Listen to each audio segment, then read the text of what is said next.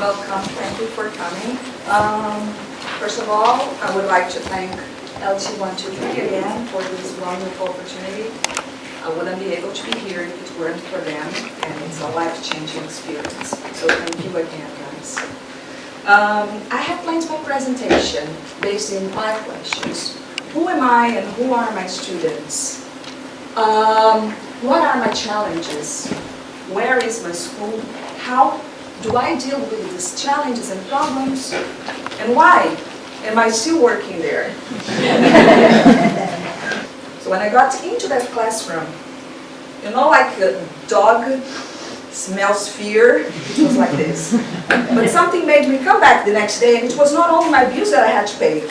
Something made me come back, and that something made me give up on psychology and become a full-time teacher.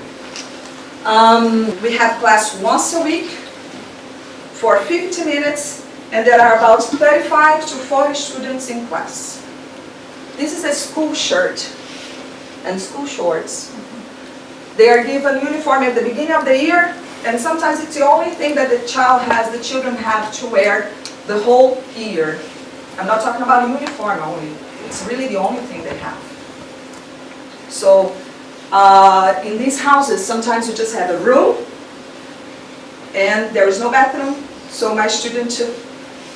some of my students come to class really dirty, wearing the same t-shirt all year long.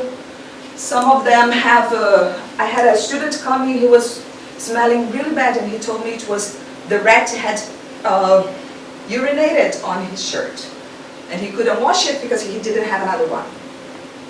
Brazil is a country of contrasts. When there are people throwing out their own food because they don't like it, there are children starving. And they don't starve because they eat at school.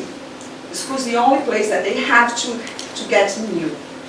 And I have already had students cry in class or having headache, and then I had to ask him, what's wrong with you?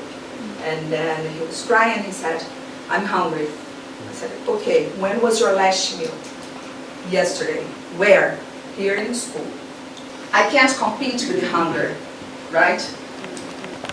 A student who is hungry, he cannot pay attention to class. He cannot concentrate. I have a 10-year-old student, he comes to class and he's always like, what time is lunch? What time is lunch? What time is lunch? What time is lunch? How can I teach English? Another thing that I have to deal with is violence. A student got shot.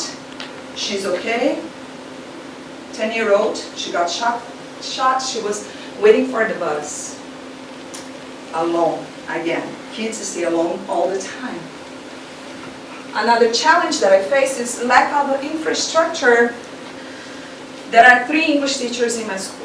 They are the only ones who can understand English, and they are the only ones who can join me in a project. Whenever I try a project in my school, people don't understand. Why are you teaching these kids English? They don't know how to write. They don't know how to read in Portuguese. Why are you trying to teach them English? This is what I get from my manager. This is what I get from the other teachers. This is what I get around from the parents also. Lots of students go to school because they don't have anything to eat at home. You already know that. Being able to finish their studies is a victory for them and their families. It is. Now comes the sad part. Why does he need to learn English? In the future, he will pull cards and sell candies. The chance of their future getting better is almost 0. I'm just a teacher, you know, but there is something wrong there. Believing that a child's future is already decided by the place where this child was born is just stupid to me. You know, if you don't give this child opportunity, of course he will pull cards and sell candies. Let me teach my kids English. So I don't have the resources I am the only resource that they have. So I try to offer everything I can. I jump ropes with them to count to 1, 2, 3. But my parents still interfere a lot in my life, and they keep on asking every single day, especially my mom, why are you working at that place? Why don't you just quit? So because I can't, because I like, because I believe I can make a difference. Because at the end of the year, one mother comes to me, hugs me, and says, thank you for saving my son. Because of a child who goes after a scholarship on his own, because he got hungry, not for the food. He wanted to learn English. He wanted to change his life. So, if I can at least take one of these children, just one, to high school and college,